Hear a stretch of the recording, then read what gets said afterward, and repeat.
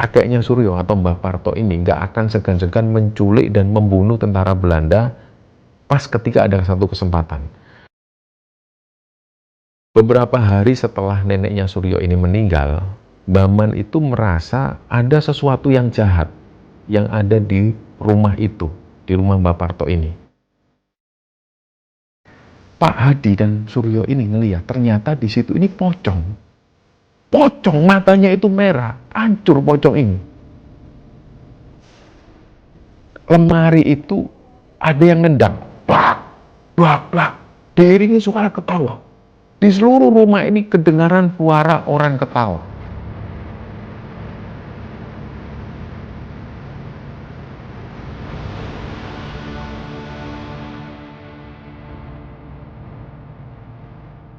Bismillahirrahmanirrahim. Assalamualaikum warahmatullahi wabarakatuh. Sobat Gembara Sunyi dimanapun teman-teman berada, pada kesempatan kali ini kami akan membagikan cerita yang dikirim oleh Sobat Gembara yang bernama Suryo atau Surya yang asalnya dari Jakarta. Sebelum kita masuk ke ceritanya, untuk teman-teman yang nonton tayangan ini dan belum subscribe, jangan lupa untuk subscribe lebih dulu agar channel Gembara Sunyi ini lebih berkembang lagi dan kami lebih bersemangat lagi dalam membuat konten-konten terbaru di Gembara Sunyi. Dan untuk teman-teman yang telah mendukung kami sejauh ini, kami mengucapkan terima kasih banyak. Semoga amal kebaikan teman-teman dibalas kebaikan berlipat oleh Allah Subhanahu wa Ta'ala.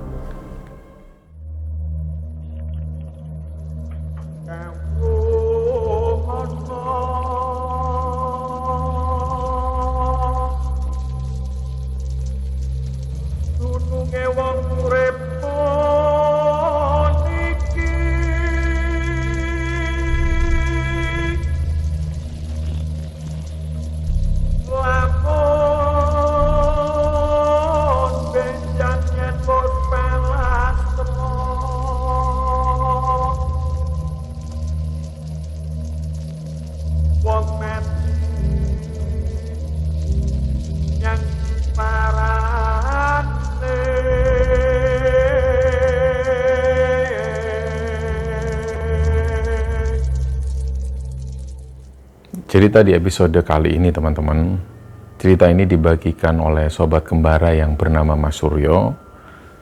Jadi Mas Suryo ini adalah seorang pengusaha di bidang media. Sekaligus beliau ini adalah penulis berita di media beliau sendiri. Nah, sebelum lanjut ke ceritanya, seperti biasa teman-teman, kami mengucapkan terima kasih atas komentar-komentar yang sudah kalian sematkan di video-video sebelumnya. Jujur kami merasa senang sekali bisa berinteraksi langsung dengan kalian, dan jujur juga selama channel ini berdiri, mungkin baru 2 video kemarin kami mendapatkan banyak komentar. Nah, kami berharap juga ke depan teman-teman juga ikut aktif berkomentar di video-video yang kami tayangkan. Nah, kalau kalian mengikuti Gembara Sunyi dari awal, pasti kalian tahu, insya Allah dari awal munculnya channel ini kami selalu merespon setiap komentar. Dan selalu kami tanggapi komentar-komentar dari kalian. Jadi ini sudah jadi komitmen kami dari awal. Kami berusaha selalu istiqomah untuk membalas komentar dari kalian. Nah, sekedar informasi untuk cerita ini. Jadi ketika Mas Suryo mengirim cerita di Gembara Sunyi ini via email, itu memang tulisan beliau ini rapi banget. Kelihatan banget lah kalau beliau ini memang seorang penulis. Selain enak dibaca, beliau menceritakannya itu runut dan detail. Jadi kayak kita yang baca itu berasa kayak baca novel. Nah, pengalaman horor yang dialami Mas Suryo ini itu terjadi di sekitaran bulan Agustus tahun 2021. Nah, hobi menulis Mas Suryo ini memang sudah dari kecil. Dan kata ibunya dulu bahwa hobi Mas Suryo ini persis seperti kakeknya, yang memang kakeknya dulu adalah seorang wartawan. Nah, hal ini diperjelas lagi oleh ibunya. Pada dasarnya di keluarga besar Mas Suryo ini, baik itu saudara sepupu, kakak-kakak dan juga adik-adik ibunya, ini nggak pernah ada yang berprofesi menjadi wartawan, selain tentu kakek Mas Suryo itu sendiri. Nah, hal inilah yang membuat Mas Suryo itu terkadang juga sedikit menyesal dulu ketika dia SD. Dia sedih, kenapa kok kakeknya ini meninggal cepat banget. Ya namanya juga anak masih kelas SD, waktu itu Mas Suryo masih kelas SD kelas 2 lah. Dan diceritakan juga oleh omnya, tantenya, dan juga ibunya sendiri bahwa kakeknya itu adalah sosok dengan kepribadian yang sangat menarik sekali. Beliau itu mudah bergaul, pembawaannya juga tenang, dan punya banyak talenta. Nah, sebenarnya profesi wartawan ini adalah pekerjaan sang kakek selepas kemerdekaan dulu. Dulunya kakeknya ini bekerja di sebuah majalah nasional yang bernama Mimbar Indonesia. Mungkin ada dari kalian yang pernah mendengar media ini, tolong komen di bawah. Jadi majalah Mimbar Indonesia ini teman-teman, ini merupakan majalah mingguan yang terbitnya itu setiap hari Sabtu waktu itu. Pertama kalinya majalah ini terbit itu di tanggal 10 November tahun 1947 dan terakhir media ini atau majalah ini sudah tidak berproduksi lagi itu di sekitar tahun 1966. Nah, majalah Mimbar Indonesia ini sebenarnya majalah umum, ya majalah seperti majalah pada umumnya lah. Di situ juga ada rubrik ekonomi, membahas politik juga, berita dalam dan juga luar negeri ini juga ada di situ. Rubrik kesehatan, pendidikan, dan juga sastra juga ada di media ini. Pokoknya macam-macam lah. Tapi meskipun majalah ini bersifat umum, peran majalah ini dalam pengembangan sastra di Indonesia itu juga lumayan besar waktu itu. Di sekitaran tahun 50-an, majalah Mimbar Indonesia ini banyak memuat karya sastra mulai dari cerpen, puisi, drama, dan juga esai. Ya, kira-kira itulah sekilas tentang majalah Mimbar Indonesia ini. Nah, jadi nama kakeknya Suryo ini namanya Parto. Suryo manggil beliau dengan panggilan Mbah Parto.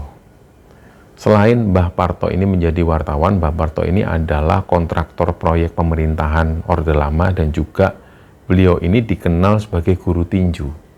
Nah, kenapa saat itu Mbah Parto ini mahir sekali tinju? Karena waktu itu beliau sempat tergabung dengan TKR, Tentara Keamanan Rakyat, kalau mungkin teman-teman ingat. Jadi TKR inilah yang melawan pemerintahan Belanda zaman kependudukan Belanda dulu. Jadi menurut Mas Suryo, banyak catatan-catatan pribadi dari Mbah Parto ini yang sangat menarik. Kayaknya memang nggak akan cukup diceritakan di sini juga. Nah, Mbah Parto ini punya sahabat. Sahabat beliau itu awalnya adalah orang kepercayaan beliau. Ya bisa dikatakan juniornya lah. Pada saat beliau ini masih jadi wartawan dulu. Nama sahabatnya itu Pak Suratman. Nah, mereka berdua, Pak Suratman dan juga Pak Parto atau Mbah Parto ini memang kebetulan sama-sama tinggalnya di Magelang. Suryo dan sepupunya Suryo ini memanggil beliau dengan panggilan Bahman. Karena memang Bahman ini juga sudah berumur, meskipun beda usianya itu kira-kira 15 tahunan dengan kakeknya Suryo ini yang namanya Mbah Parto. Nah, Bahman ini orangnya itu juga terampil. Kalau istilah Jawanya itu orangnya sregep.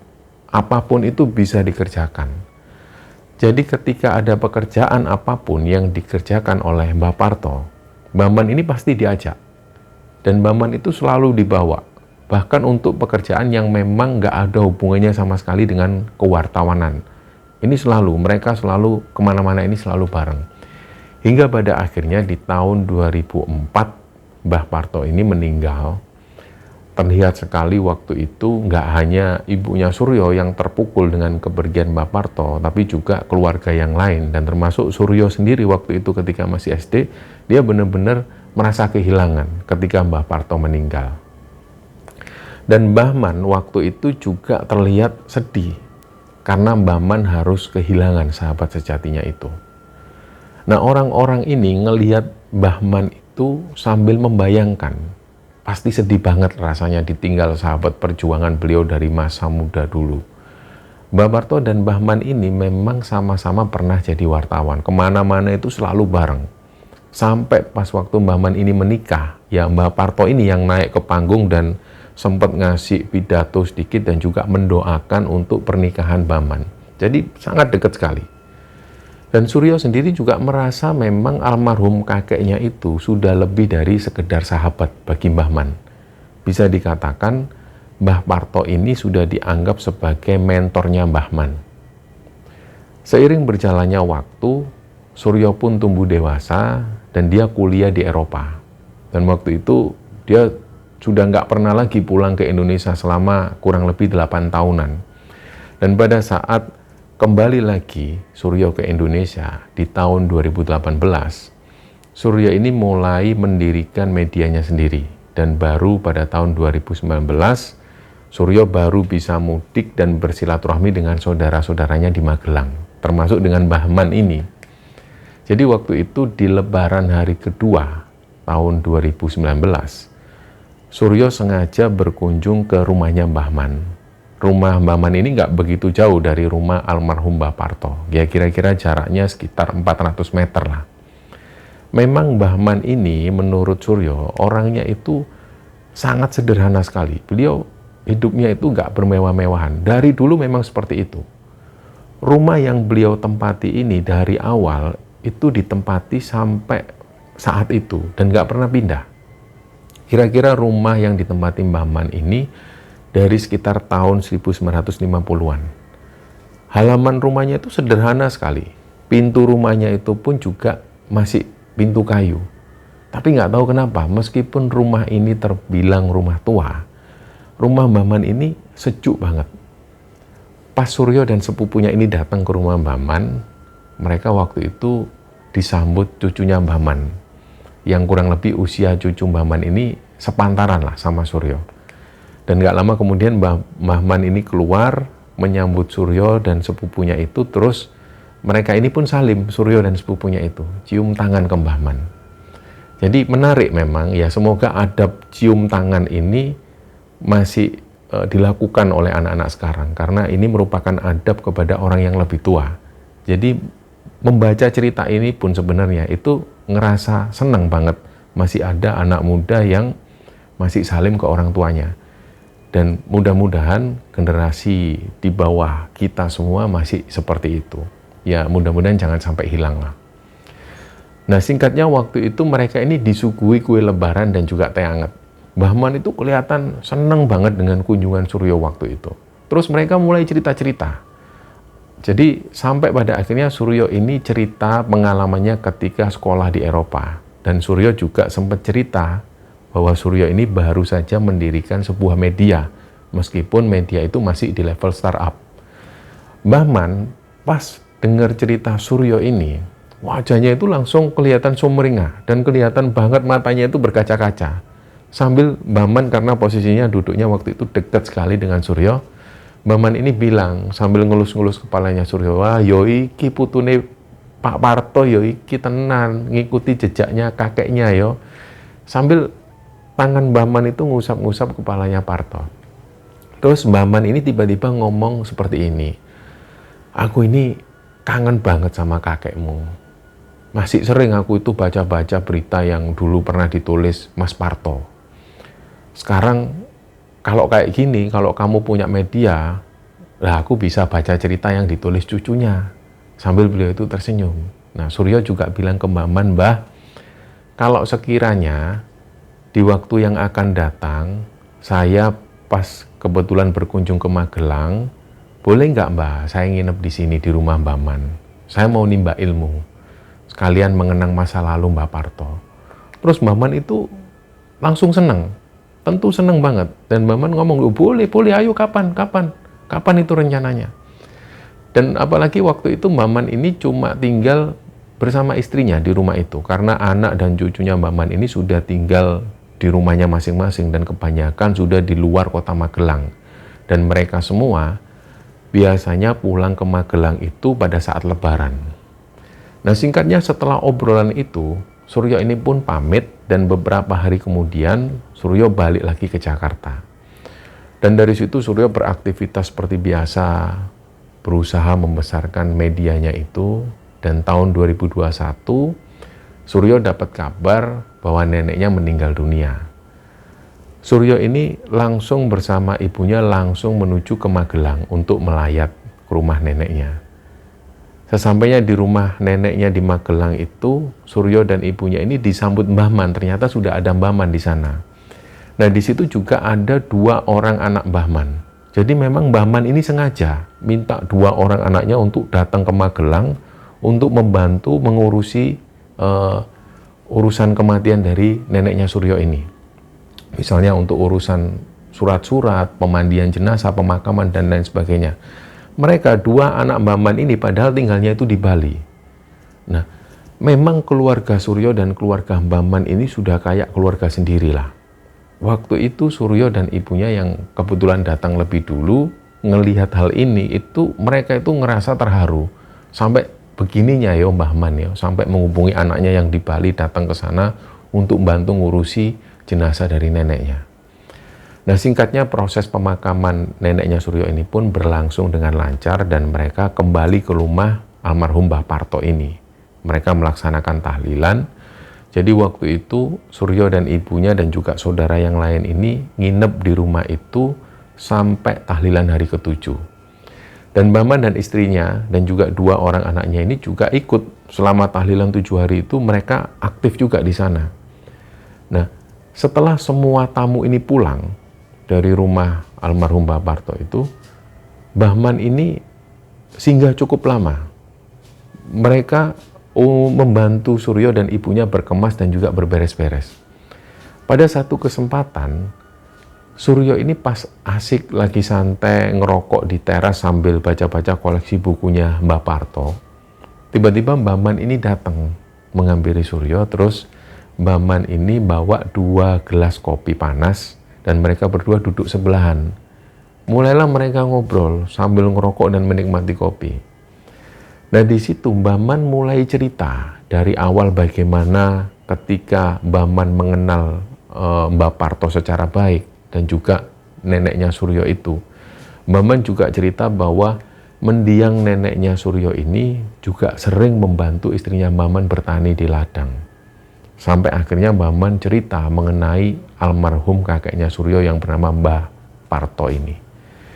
Dari obrolan itu, ceritanya akhirnya menjurus ke hal-hal yang serius. Dan kayaknya memang ada hal penting yang mau disampaikan Mbah Man, mau diutarakan ke Suryo waktu itu. Mbah Man ini mengungkapkan bahwa beliau sangat menghormati Mbah Parto. Mbah Man juga cerita bahwa kakeknya Suryo ini itu rajin banget beribadah. Tapi ternyata di situ Mbah Man juga mengungkapkan tentang sisi gelap Mbah Parto. Dan inilah yang pengen Mbah Man utarakan. Mbah Man ini bilang, pada saat kependudukan Belanda, kakeknya Suryo ini dulu dikenal sebagai tentara yang kejam. Kakeknya Suryo atau Mbah Parto ini nggak akan segan-segan menculik dan membunuh tentara Belanda pas ketika ada satu kesempatan. Dan hal itu nggak terbatas pada tentara Belanda saja, namun juga pada orang pribumi yang dicurigai dan terbukti mendukung pemerintah Belanda pada saat itu. Jadi, salah satu orang Indonesia waktu itu ada yang sempat diculik dan dibunuh oleh Mbah Parto. Karena ini masa-masa perang, jadi hal itu biasa atau wajar lah.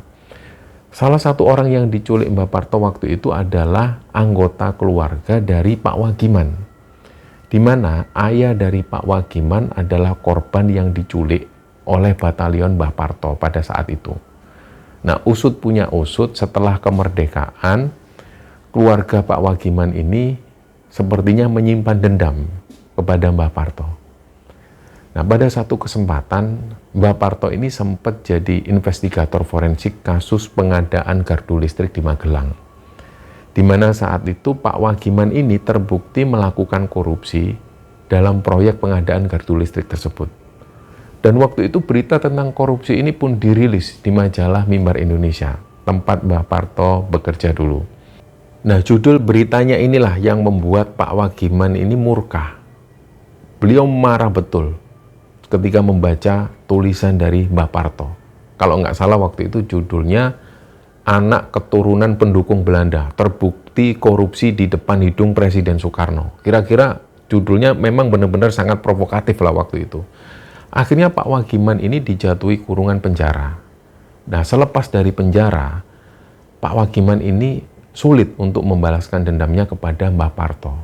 Jadi Pak Wagiman ini sempat melakukan tindakan teror. mulai dari melempari rumah Mbah Parto dengan obor.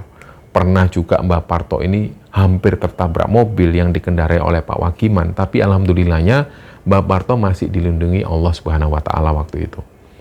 Akhirnya Pak Wagiman ini nekat menggunakan ilmu gaib untuk mencelakai Mbah Parto dan istri. Tapi anehnya, hal tersebut itu tetap nggak berhasil. Sampai akhirnya bertahun-tahun kemudian Pak Wagiman dikabarkan meninggal dunia di daerah Jawa Timur. Dan kabarnya beliau ini waktu itu meninggalnya karena dibunuh oleh sekelompok orang yang mencurigai Pak Wagiman sebagai simpatisan PKI. Nah, karena seperti yang kita tahu, teman-teman juga mungkin membaca sejarah tentang masa-masa pada saat itu. Pada saat pergantian rezim dari Soekarno ke Soeharto itu memang simpatisan PKI inilah yang menjadi objek utama pemberantasan untuk dihilangkan. Istilahnya mereka ini dibantai. Mbah Man juga menceritakan beberapa hari setelah neneknya Suryo ini meninggal, Mbah Man itu merasa ada sesuatu yang jahat yang ada di rumah itu, di rumah Mbah Parto ini. Yang seakan-akan mereka ini, pelakunya itu kayak sudah nunggu sekian lama untuk melakukan ini. Mbah Man itu merasakan sesek dan merasa rumah kakek neneknya Suryo itu sesek banget meskipun pada malam hari dan dalam keadaan kosong.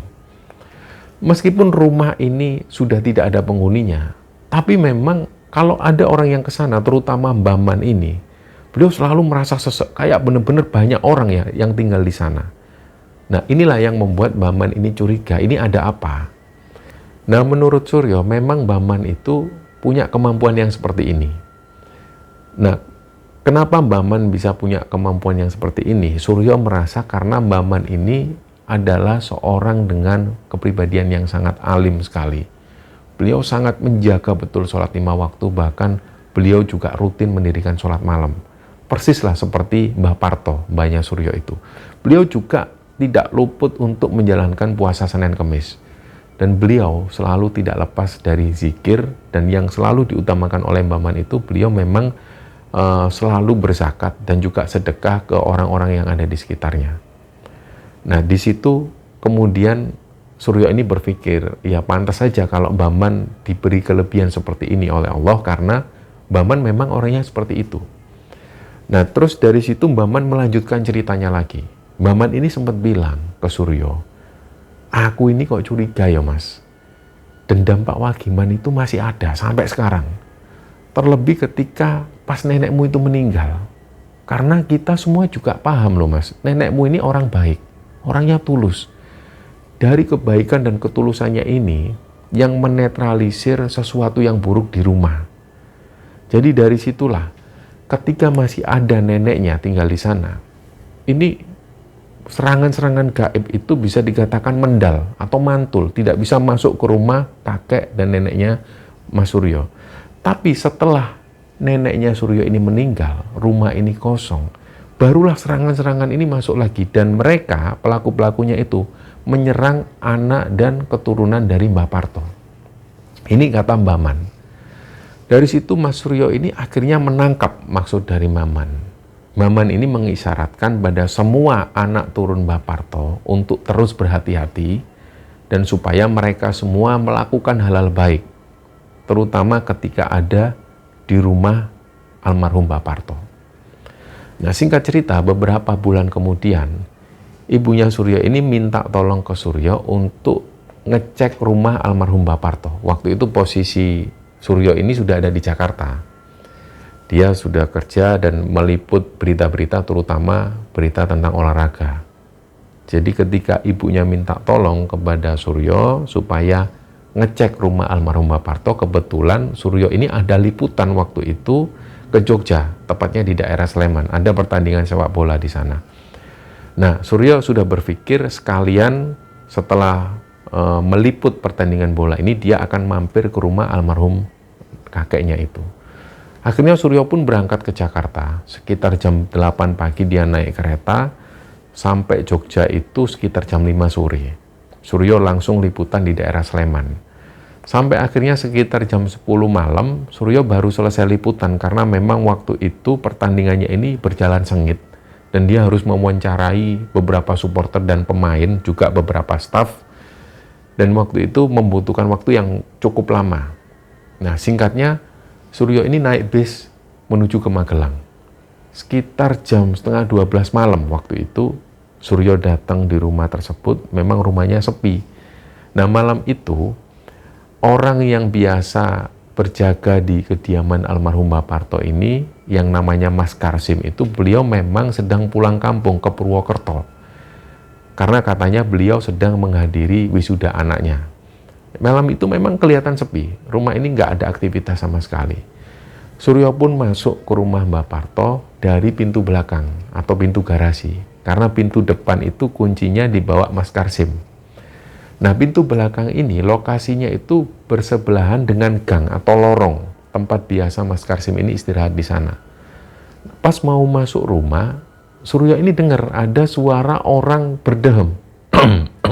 Kayak gitulah kira-kira. Nah, suaranya ini laki-laki dan berat. Suryo pasti berpikir, loh, Mas Karsim, ternyata Mas Karsim sudah balik. Tak kira lama. Nah, otomatis Suryo pun sempat nyapa, Mas. Tapi Mas Karsim nggak menjawab. Akhirnya Suryo pun langsung naik ke lantai 2, ke kamar. Nah, singkatnya, setelah mandi-mandi dan bersih-bersih, Suryo ini masuk kamar. Dia waktu itu langsung buka laptop. Posisi tempat Suryo ini nulis berita, itu persis di samping jendela. Yang jendela ini bisa ngelihat langsung ke kamarnya Mas Karsim. Dari situ kemudian Suryo melanjutkan untuk ngerangkum tulisannya yang di liputan pertandingan tadi. Dari jendela itu memang Suryo bisa ngelihat ke arah kamarnya Mas Karsim itu. Pas asik-asik Suryo ini nulis laporan pertandingan bola tadi, itu tiba-tiba dia mendengar pintu itu kebuka. Pintu kamarnya Mas Karsim yang dibawa itu kebuka. Dan karena pintu ini juga sudah tua, terbuat dari kayu juga, ketika dibuka itu menimbulkan suara krek. Tapi waktu itu suaranya ini agak keras, krek. Otomatis Suryo noleh.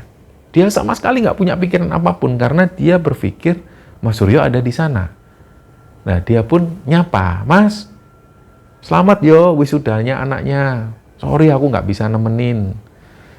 Tapi waktu itu Mas Karsim ini itu nggak menjawab, sempat beberapa detik lah. Jawabannya itu sempat terjeda, tapi beliau ini akhirnya jawab, oh iya, terima kasih, tidak apa-apa. Nah, waktu itu Suryo sempat berpikir, kok kalimat atau bahasanya Mas Karsim ini kok kaku banget, kok nggak biasanya. Nah, dari situ Suryo nggak berpikir panjang, dia akhirnya melanjutkan nulis berita. Dia berpikir setelah selesai nanti dia akan turun ke bawah menemui Mas Karsim, ngobrol-ngobrol lah, atau mau ngajak makan. Dia sudah berpikir karena dari malam itu Suryo ini belum makan. Nah, selang kira-kira 1 jam setelah itu, waktu itu sekitar jam 2 dini hari, kerjaan Suryo ini baru selesai, dia pun mulai lapar. Jujur waktu itu Suryo ini malas lah keluar sendiri cari makan. Dia sudah rencana mau ngajak Mas Karsim. Tentu kehidupan di Magelang ini beda dengan di Jakarta. Kalau di Jakarta, Suryo mau 24 jam, pasti masih ada orang jualan. Nah, satu-satunya yang buka ini biasanya warung sate di belakang, sate Kelata.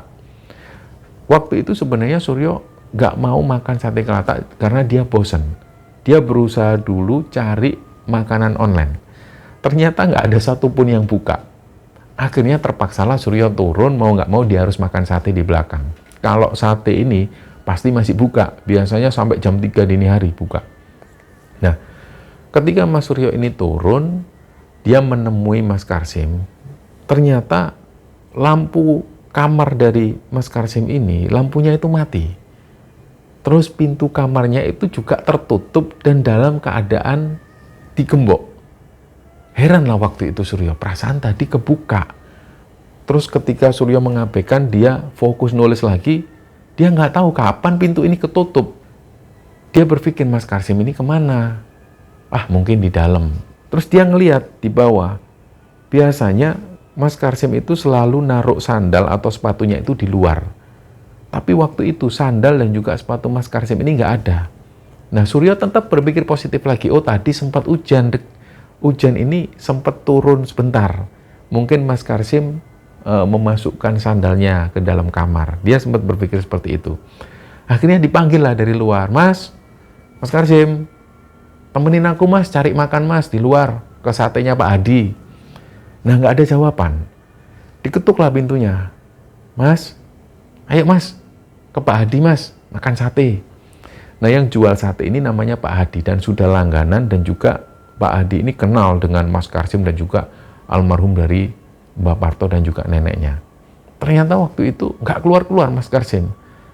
Suryo pun berpikir, berarti sudah tidur ini. Mungkin kecapean lah habis wisuda seharian menemani anaknya wisuda itu. Akhirnya Suryo pun berpikir, ya sudahlah, dia jalan sendiri. Dia pun mulai buka pintu, jalan lewat lorong menuju ke warung sate. Dan ternyata benar, warung sate ini masih buka. Dan si penjual sate Pak Hadi ini masih terjaga di situ. Beliau masih ngerokok santai sambil mainan HP. Disamperin, nah akhirnya Suryo waktu itu minta 1 porsi sate dimakan di situ, dan 1 lagi minta dibungkus. Terus di situ Suryo ini sempat ngobrol-ngobrol dengan Pak Hadi penjual sate tersebut, sampai pada akhirnya setelah Suryo ini selesai makan, si Suryo ini bilang, Pak, bungkus 1 ya? Oh iya Mas, ini dimakan langsung apa buat sarapan? Ya kayaknya buat sarapan, ini buat Mas Karsim. Terus tiba-tiba Pak Hadi ini kaget, loh, mukanya Mas Karsim masih di Purwokerto toh Mas, kan ada anaknya wisuda. Terus katanya habis itu mau ke Semarang, katanya ngajak anak-anaknya liburan. Kagetlah Suryo, loh, enggak Pak Hadi, tadi itu ada suaranya, wong saya sempat ngomong kok. Saya ngucapin selamat wisudanya anaknya, terus Mas Karsim ini jawab kok. Mas, setahu saya itu Mas Karsim terakhir ya ngomongnya seperti itu. Dia mau ke Purwokerto, dan setelah wisuda dia mau jalan-jalan sama keluarga ke Semarang. Tapi kalau memang sudah pulang ya berarti aku yang salah tangkep Mas. Akhirnya ya wis lah, dibikinin lah 1 porsi, dibawa oleh Suryo. Dan waktu itu dia pulang langsung, Suryo ini. Sambil jalan menuju ke rumah, Suryo ini sempat mikir, jangan-jangan ini ada apa-apa, jangan-jangan ini ada orang masuk ke rumah atau seperti apa. Karena waktu Suryo ini makan sate di sana, Pak Hadi ini sempat cerita, Mas, kapan hari ada maling Mas? Kapan Pak? 2 minggu yang lalu Mas. Makanya di sini ini rawan Mas, gak kayak dulu. Nah, Pak Hadi sempat cerita seperti itu. Jadi yang ada di pikiran Suryo ini sama sekali bukan makhluk halus atau semacamnya. Malah Suryo ini takut jangan-jangan ada maling di rumahnya. Karena Suryo ini sempat dialog dengan sosok yang dikira Mas Karsim ini. Akhirnya Suryo ini pun balik. Dia ini sempat ngomong sama Pak Hadi tadi. Ya udah Pak, tak balik dulu Pak. Mungkin tadi itu Mas Karsim dan dia sudah tidur. Akhirnya begitu Suryo ini sampai di rumah, ternyata pintu kamar Mas Karsim ini masih kuncian. Kagetlah dia ini. Terus tadi yang ngomong ini siapa? Wah, ini jangan-jangan maling beneran. Mulailah Suryo ini nggak enak perasaannya.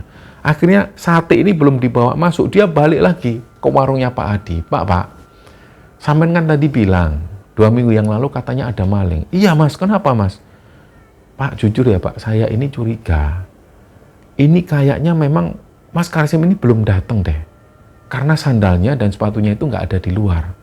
Tapi saya ini dengar ada suara laki-laki. Ayo Pak, minta tolong Pak, temenin saya. Siapa tahu ada maling yang sembunyi. Jujur waktu itu yang ada di pikiran Suryo, dia ini takut kalau ada maling. Dan takutnya si maling ini bawa senjata tajam yang bisa melukai Suryo. Jadi dia pun ngajak Pak Hadi ini.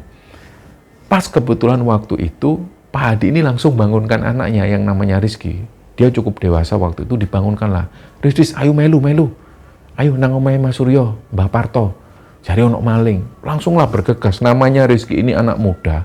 Dia langsung ambil pentungan dan segala macam, diambillah menuju ke rumah Mbah Parto itu. Dan begitu sampai di dapur, karena mereka masuk dapur, mereka bertiga ini langsung masuk. Dan ketika mereka bertiga ini masuk di dalam rumah, mereka memang dengar ada orang berdem dan suaranya itu dari ruang tamu. Suaranya kenceng. Akhirnya Pak Hadi bilang, Dimas. Terus bersamaan dengan itu juga mereka ini dengar ada orang yang mainan korden. Di ruang tamu itu kan ada korden besar. Korden ini dimainkan, srek, dibuka, ditutup, srek. Nah, waktu itu Pak Hadi ini mengira ini malingnya sembunyi di balik korden.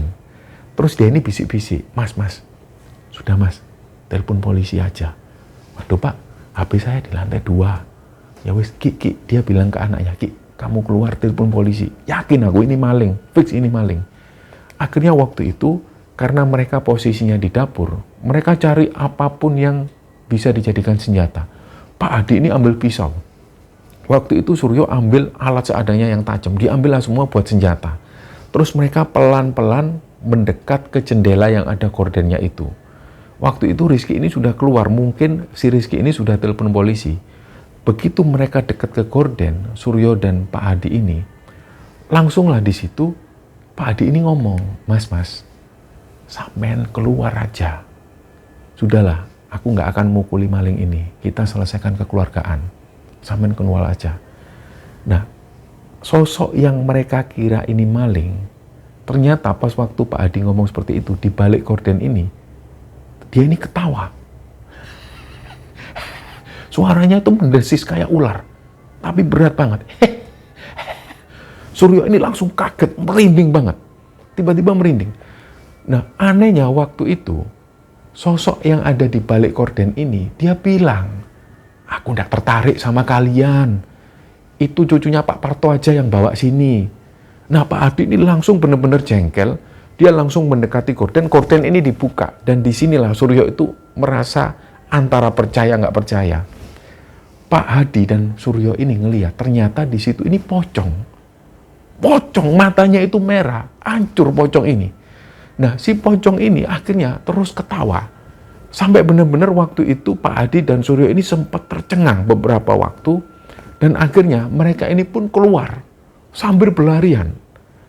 Nah, akhirnya waktu itu, karena Rizky anaknya Pak Hadi ini sudah terlanjur telepon polisi. Ketika mereka berada di luar rumah, mereka ketakutan. Pak, ini nanti kalau polisinya datang kita ngomong apa Pak? Wong tadi yang kita lihat bukan maling. Terus Pak Hadi ini diam terus. Kayaknya benar-benar Pak Hadi ini shock karena melihat pocong tersebut. Akhirnya sekitar hampir setengah jam, benar, ada mobil polisi yang datang. Di situ 2 orang polisi ini turun. Begitu 2 orang polisi ini turun, Suryo ini langsung mendekat dan menjelaskan kronologisnya. Pak, mohon maaf Pak ya, ini tadi memang benar-benar kami mengiranya itu maling. Terus ternyata setelah kami cek, ini pocong Pak. Nah tentu polisi ini nggak percaya. 2 orang bapak-bapak polisi ini menunjukkan raut wajah yang nggak suka. Kayak dia ini nggak percaya. Ini kalian kalau kayak gini ini main-main namanya. Bukan Pak, ini sudah kami jelaskan, kami yakin ini pocong, bukan maling. Terus awalnya 2 orang polisi ini masih ngobrol-ngobrol di luar. Tiba-tiba mereka juga ikut penasaran. Boleh nggak saya masuk Mas? Boleh Pak. Nah 2 orang polisi ini masuk. Begitu sampai di dapur, mereka balik lagi. Nggak tahu kenapa. Akhirnya Pak polisi ini bilang, saya waktu masuk dapur itu bau sesuatu yang nggak enak Mas. Baunya luar biasa, ini sampai rekan saya ini mau muntah. Akhirnya mereka ini pun keluar, terus mereka ini bilang, ya sudahlah, kalau kayak gitu kami nggak bikin laporan apa-apa ya, karena ini nggak jelas statusnya. Saya sarankan, Masnya kalau gitu jangan tidur di sini dulu lah, tidur di tempat lain lah. Bisa tidur di masjid atau ikut saya ke polsek tidur di sana, ada tempat tidur. Oh iya ya Pak, nggak apa-apa Pak. Yang Suryo pikirkan yang penting polisi ini dia nggak meneruskan kasus ini dan polisi tersebut sudah merasa bahwa mereka nggak main-main. Intinya waktu itu 2 orang polisi ini agak percaya setelah mencium bau busuk yang luar biasa. Sampai-sampai salah satu dari mereka ini mau muntah. Akhirnya singkatnya waktu itu Suryo ini berangkat menuju ke masjid yang ada di alun-alun kota Magelang. Sebetulnya waktu itu Suryo ini masih merasa ada yang nggak beres dengan kondisi tubuhnya. Nah mungkin karena hari itu adalah untuk pertama kalinya dalam hidup Suryo, dia bertemu dengan makhluk halus. Jujur sebelum-sebelumnya dia nggak pernah. Apalagi yang dilihat pertama ini adalah sosok pocong. Dia benar-benar shock. Nah ada yang bilang memang kalau pertama kali ketemu makhluk halus itu akan merasa seperti demam. Dia sendiri nggak mau ambil pusing dan langsung istirahat. Nah paginya Suryo itu langsung menuju ke rumah Baman. Ternyata usut punya usut, Baman ketika sudah pensiun dari pekerjaannya itu, beliau ini mengurus dan juga membantu warga yang ada di sana, terutama membantu warga yang mengalami gangguan-gangguan non medis seperti santet ataupun kesurupan, dan Baman hanya bermodalkan dengan agama. Jadi sebelum pergi ke rumah Baman, Suryo ini menyempatkan untuk mampir ke pasar pagi. Dia cari kue-kue basah atau sarapan yang bisa dimakan bareng Baman. Nah, ketika sampai di rumah Baman, Suryo pun akhirnya menceritakan kejadian semalam yang dia alami. Terus Baman ini ngomong gini, ya seperti yang aku bilang kan Mas, sepertinya memang dendam dari keluarga Pak Wagiman itu, ini tertanam sempurna di rumah itu. Entah dikirim apa. Aku ini juga heran Mas, padahal kemarin rumah nenekmu itu kan sempat direnovasi. Tapi anehnya pas direnovasi itu nggak ditemukan apa-apa. Harusnya kalau memang ada orang yang nanam, ini pasti ketemu. Tapi kenyataannya waktu itu nggak ada apa-apa. Nah, Baman juga cerita selama ini kakek dan nenekmu itu nggak pernah terkena gangguan apapun. Itu karena mungkin kekuatan iman dan takwa kakek nenekmu ini memang benar-benar kuat sekali. Ya alhamdulillahnya itulah. Nah tapi semenjak kepergian nenekmu ini dan rumahnya itu dibiarkan kosong, kayaknya mulai saat itulah hal-hal buruk ini mulai terjadi lagi. Maman ngomong seperti itu. Terus Maman ini cerita mengenai sosok Pak Wagiman ini. Memang dulu Pak Wagiman dan keluarga ini terkenal giat banget melakukan ritual-ritual gaib yang dilarang agama. Nah ini semua dilakukan keluarga Pak Wagiman semata-mata untuk kepentingan duniawi. Dan ini semua masih dilakukan sampai anak cucunya Pak Wagiman. Bahkan dengar-dengar, anak-anak Pak Wagiman ini beberapa ada yang punya usaha. Dan usahanya itu luar biasa besar. Anehnya memang ada beberapa usaha keluarga Pak Wagiman ini yang jelas-jelas tidak mengantongi izin. Yang artinya melawan hukum yang berlaku. Tapi tetap berjalan normal. Nah, ada kejadian di mana waktu itu Pak Wagiman ini mempunyai pabrik gula. Dan pabrik gulanya ini tidak berizin. Tapi pas waktu akan disidak oleh polisi dan pihak berwajib lainnya, anehnya keesokan harinya para penyidik dan beberapa anggota kepolisian ini tiba-tiba sakit semua. Puncak-puncaknya sampai ada yang meninggal beberapa hari kemudian. Dan meninggalnya itu sangat misterius. Memang apesnya Mbah Parto ini, kenapa kok sampai Mbah Parto harus berurusan langsung dengan keluarga Pak Wagiman? Karena mungkin beberapa waktu yang lalu Mbah Parto sempat bikin tulisan yang sangat fenomenal itu. Nah, keluarga Pak Wagiman ini sepertinya masih punya dendam kesumat, terutama adik-adik Pak Wagiman. Kalau dipikir-pikir, keluarga ini memang benar-benar biadab lah. Sudah mereka ini pakai ilmu hitam, melanggar hukum tentang usaha-usahanya itu, dan masa lalunya juga menjadi pengkhianat bangsa dengan bersekutu dengan Belanda. Dan semuanya itu dilakukan untuk kepentingan pribadi. Jadi pada akhirnya Maman ini cuma bilang, sudah ya nak, dia bilang ke Suryo, nanti malam jam 7, ayo kita bareng-bareng ke rumahmu, kita coba lihat apa yang sebenarnya terjadi dan gimana cara menanggulanginya. Nah, untuk sekarang, ini bahaya kalau kamu di sana sendirian. Kita nanti sama-sama nginep di sana, kalau bisa kita adakan pengajian. Nah, tentang Mas Karsim, kenapa Mas Karsim ini nggak pernah diganggu? Meskipun selama ini Mas Karsim juga tinggal di sana. Ini karena memang Mas Karsim itu bukan bagian dari keluarga Mbah Parto. Dan targetnya jelas bukan Mas Karsim. Tapi Suryo sendiri juga nggak tahu pasti ya, apakah Mas Karsim ini pernah diganggu atau enggak. Karena memang Mas Karsim ini perawakannya itu cuek. Akhirnya malam itu pun tiba, Mbah Man, Suryo, dan Pak Hadi penjual sate dan juga anak Pak Hadi ini juga ikut. Begitu sampai di rumah ini, mereka sudah bersiap mau ngaji. Sebelum itu mereka ini sholat isya lebih dulu. Nah tiba-tiba pas sebelum sholat isya itu ada yang ngetuk pintu rumah. Surya ini sudah kaget, dia sudah parno.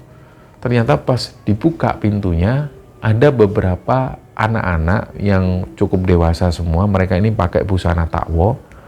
Ternyata barulah di situ Maman teriak dari dalam, suruh masuk sur, itu santri-santriku. Nah ternyata anak-anak ini adalah santri-santrinya Maman, yang pondok mereka ini juga nggak jauh dari rumah Mbah Parto.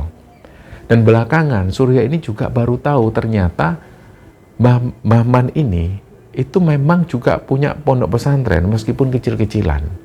Jadi waktu itu santri-santri Mbah Man ini ada sekitar 8 orang. Akhirnya mereka pun sholat isya berjamaah, dan setelah itu sebelum pengajian dimulai, Mbah Man ini pesan kepada semua yang ikut pengajian. Mbah Man ini bilang, nanti pas kita ini mulai ngaji, jangan ada yang ngelamun ya. Dan nanti kalau ada yang putus bacaannya, mungkin kalian terganggu fokusnya, atau mungkin ada yang ngantuk, atau mungkin ada yang kencing, ini langsung sambung dengan Al-Falaq. Setelah baca Al-Falaq langsung baca An-Nas dan Al-Ikhlas, terus menerus seperti itu. Intinya jangan sampai ada sedikit pun bibir kita ini yang berhenti, terus baca.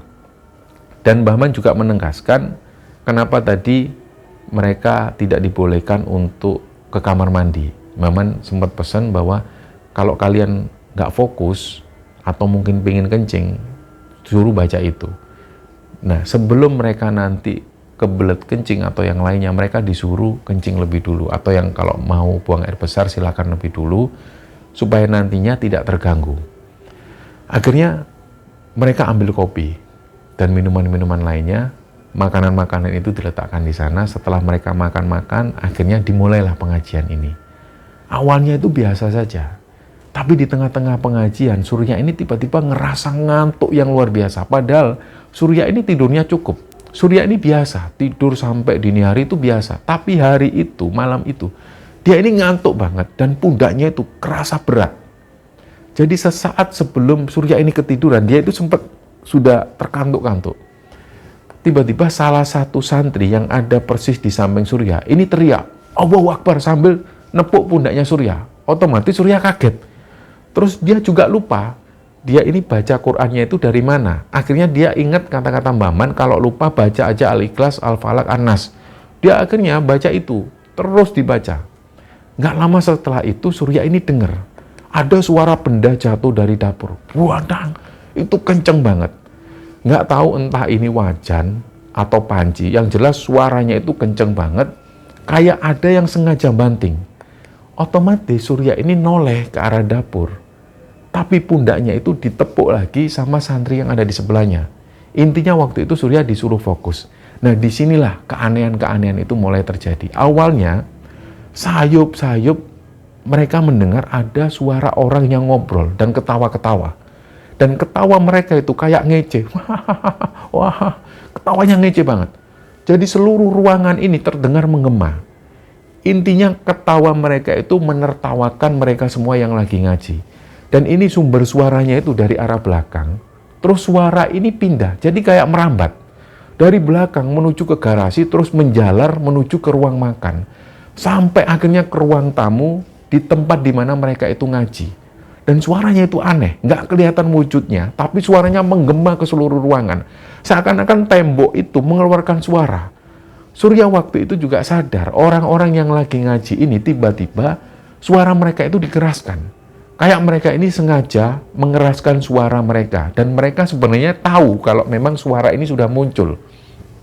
Dan pada saat yang bersamaan, barang-barang di ruang tamu ini berjatuhan. Surya ini sempat melihat ada vas bunga waktu itu yang ada di depannya.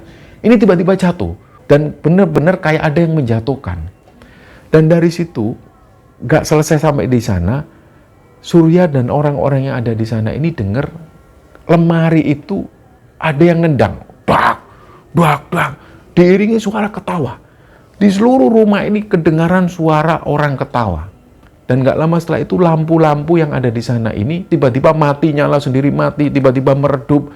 Ini persis kayak di film-film. Terornya mulai terjadi. Selain itu juga ada orang yang berlarian dari arah garasi. Kayak mereka ini berlarian gak tahu mereka ini siapa. Bahkan Surya waktu itu sempat noleh ke arah teras.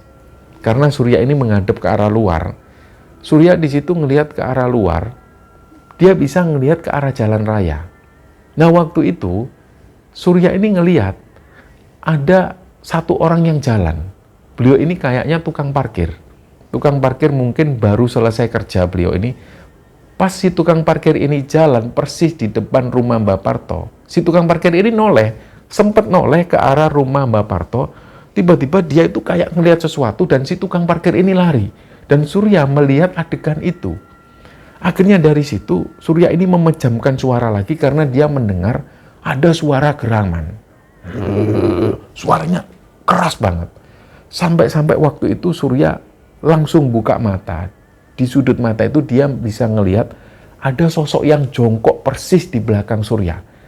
Sosok ini persis ada di belakang Surya. Dari situ Surya pejamkan mata lagi dan dia berzikir semampu dia. Dan pas dalam momen ini Surya itu dengar sosok yang tadi ada di belakangnya itu tiba-tiba ikut-ikutan ngaji. Jadi dia ini benar-benar ikut ngaji, tapi ngajinya itu ngece. Dan suaranya itu benar-benar serak. Jadi benar-benar Surya itu merinding luar biasa. Dan waktu itu Surya ini terus-terusan memejamkan matanya sambil dia terus membaca sebisanya. Sedangkan sosok ini terus-terusan bersuara seperti itu persis di samping Surya. Dan suaranya itu kedengaran jelas banget. Tiba-tiba ada suara sosok laki-laki. Suaranya itu menggema di seluruh ruangan. Surya yakin semua orang yang ada di sana ini pasti dengar. Dan termasuk Mbak Man pasti dengar. Tapi mereka ini tetap fokus. Nah, suara laki-laki ini menggema di seluruh ruangan, ada kata-kata yang kayaknya itu memang kata-katanya itu mati, mati, mati. Kayaknya seperti itu. Nah, Surya yakin kenapa ada kata-kata seperti ini, karena dia bisa mendengar jelas suara itu. Tapi anehnya, orang-orang yang ada di sana, termasuk Mbah Man ini, mereka tetap fokus. Nah, pada saat itulah ketika mendengar ada suara laki-laki yang menggema dan suaranya mati, mati. Surya itu benar-benar merinding luar biasa. Dia mengakui waktu itu dia benar-benar takut. Tangannya ini gemetaran. Keringat ini mulai mengucur deras. Dan waktu itu Surya ini sampai benar-benar haus karena saking takutnya. Tapi waktu itu Surya dan semua orang yang di sana ini nggak sekalipun mengecilkan suaranya. Mereka ini terus suaranya ini dipertegas dan diperjelas lagi. Dan puncak-puncaknya, pintu ruang tamu yang tadinya itu ketutup, ini tiba-tiba kebuka dengan sendirinya. Wah, beruang. Kayak bener-bener ada angin yang dobrak. Dan ketika angin ini masuk, mereka semua yang ada di sana itu mencium aroma yang busuk banget. Dan aromanya ini sampai membuat mereka itu pengen muntah. Dan setelah melewati teror-teror ini, akhirnya pengajian ini pun dihentikan oleh Mbah Man. Itu waktu teror-teror ini terjadi sekitar hampir 15 menitan lah. Sampai benar-benar semua teror ini mereda dan Mbah Man memutuskan untuk menghentikan pengajian itu. Mereka semua disuruh berhenti. Tapi Mbah Man ini ngomong gini ke semua. Ini belum selesai ya. Ini masalahnya ini serius. Malam ini kita tidur di sini semua ya. Nanti saya dan beberapa santri juga tidur di sini. Nah, Mbah Man ngomong ke Surya, kalau kamu mau tidur di sini silakan. Kalau mau tidur di atas, di kamarmu sana juga enggak apa-apa. Nanti kamu di atas biar ditemani sama Rizky, anaknya Pak Hadi. Nah, setelah berpikir sejenak, setelah si Surya ini minum, Surya memutuskan untuk lebih baik dia tidur di kamar. Nah, sekitar jam 11 malam, Mas Karsim ini pulang dari Purwokerto. Awalnya Mas Karsim ini juga bingung, ini kok rame orang. Akhirnya di situ Mas Karsim ini langsung dikasih tahu sama Pak Hadi, si penjual sate, tentang kejadian yang terjadi sebelum-sebelumnya. Mas Karsim pun ini langsung bilang ke Surya, aduh Mas, mohon maaf Mas Surya, sekali lagi saya mohon maaf. Ini biasanya memang almarhumah Eyang Putri itu selalu titip ke saya. Kalau mau pergi dan ninggal rumah ini beberapa hari, kalau bisa itu memang disuruh sholat lebih dulu di rumah sebelum berangkat. Nah, pengakuan Mas Karsim ini memang sebelum Mbah Putri, sebelum neneknya Surya ini meninggal, ketika Mbah Putri ini mau keluar dari rumah, pergi kemana misalnya untuk beberapa hari, Mbah Putri itu selalu menyempatkan untuk sholat lebih dulu di rumah. Dan hal ini juga disampaikan ke Mas Karsim. Mas Karsim sebenarnya tahu. Tapi waktu itu Mas Karsim mengakui dia benar-benar lupa karena buru-buru. Keluarga di Purwokerto itu telepon bolak-balik menyuruh Mas Karsim untuk segera pulang ke Purwokerto. Akhirnya Mas Karsim lupa. Dia tidak menyempatkan sholat lebih dulu di rumah. Jadi dia langsung berangkat. Disinilah Mas Karsim itu benar-benar nyesal. Karena dulu ketika masih ada Mbah Putri, beliau memang selalu melakukan ini. Dhamma Putri ini selalu menekankan ke Mas Karsim, ini semua dilakukan untuk perlindungan supaya rumah ini tetap dalam perlindungan Allah. Dan di sini juga Mas Karsim mengakui, semenjak Mbak Putri ini meninggal, memang rumah ini jadi terasa aneh. Banyak halal ganjil bermunculan. Mas Karsim juga mengakui itu. Akhirnya di sini Mas Karsim pun cerita, suatu malam Mas Karsim ini pernah heran juga. Karena keran air yang ada di dalam rumah itu tiba-tiba nyala sendiri. Kayak ada yang buka. Akhirnya buru-burulah beliau itu masuk dalam rumah untuk matikan keran. Gak lama setelah itu beliau balik lagi ke kamar. Ternyata tiba-tiba keran ini nyala lagi. Jos. Setelah itu dimatikan lagi untuk yang kedua kalinya. Barulah yang kedua ini benar-benar berhenti gangguannya.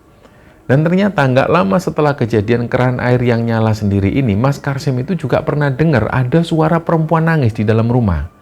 Nggak lama setelah itu pernah juga Mas Karsim ini mendengar ada suara perempuan yang teriak-teriak. Nah dari situlah Mas Karsim ini bilang memang semenjak nenek itu meninggal, pokoknya setelah penghuni rumah ini nggak ada semua. Rumah ini tiba-tiba jadi aneh. Banyak halal ganjil semacam itu.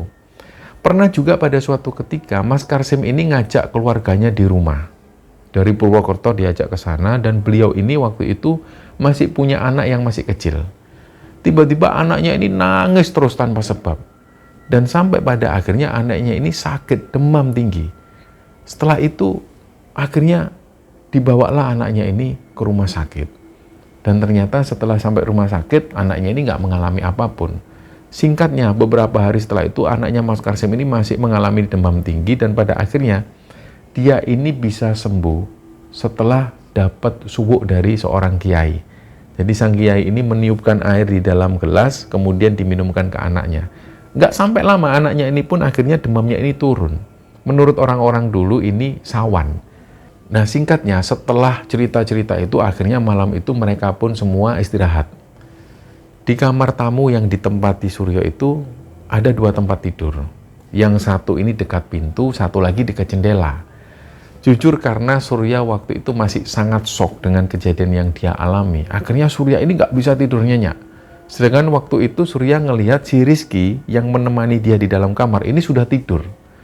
Dan malam itu Surya juga mengakui hawanya itu benar-benar gerah, sumuk lah. Terus Surya pun keluar. Dia turun ambil minum dan akhirnya dia ngerokok. Ternyata Mbah Man dan para santrinya itu masih belum tidur. Mbah Man dan santrinya ini ngobrol-ngobrol di ruang tamu. Nah, Surya pun akhirnya memutuskan untuk ikut nimbrung di sana. Waktu itu Mbah Man ini sempat tanya ke Surya, "Loh kenapa kok belum tidur?" Akhirnya Surya dan Mbah Man ini banyak ngobrol di situ. Di tengah-tengah obrolan mereka ini tiba-tiba Rizky yang ada di lantai 2 itu teriak-teriak dari dalam kamar sambil gedor-gedor pintu. Waktu itu Mbah Man dan santri-santrinya ini dan juga Mas Karsim langsung naik ke lantai 2, ke kamar itu. Pas mereka ada di lantai 2, pintu kamar ini nggak bisa dibuka. Ternyata Rizky ini kekunci di dalam kamar. Nggak tahu gimana ceritanya. Mereka ini sempat tanya, "Loh Sur, ini kok pintunya kekunci?" Surya sendiri bingung, padahal tadi pas dia keluar, pintu ini dalam keadaan terbuka. Jadi pasti yang ngunci ini si Rizky. Masalahnya di dalam kamar Rizky ini dobrak-dobrak. Dia teriak-teriak.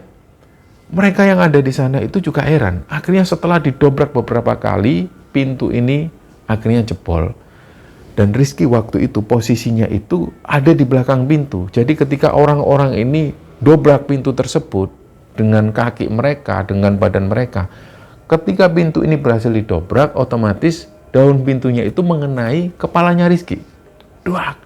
Dan pas dibuka inilah semua kaget. Dari arah jendela itu hampir semua itu melihat ada sosok pocong. Pocong ini kayak melayang. Setelah itu pocong ini pun pergi menghilang. Nah setelah kejadian itu akhirnya mereka semua ini tidur di ruang tamu sampai subuh. Dan sampai subuh itu alhamdulillahnya nggak ada lagi kejadian apapun.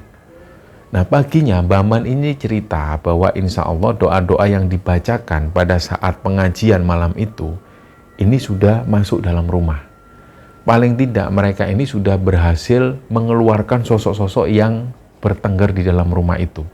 Nah pagi itu ternyata beberapa tetangga yang sempat ketemu dengan Suryo, mereka ini mengaku malam itu ada beberapa tetangga ini yang masih belum tidur. Mereka juga mendengar ada suara ketawa yang kencang sekali dari arah rumah Mbah Parto.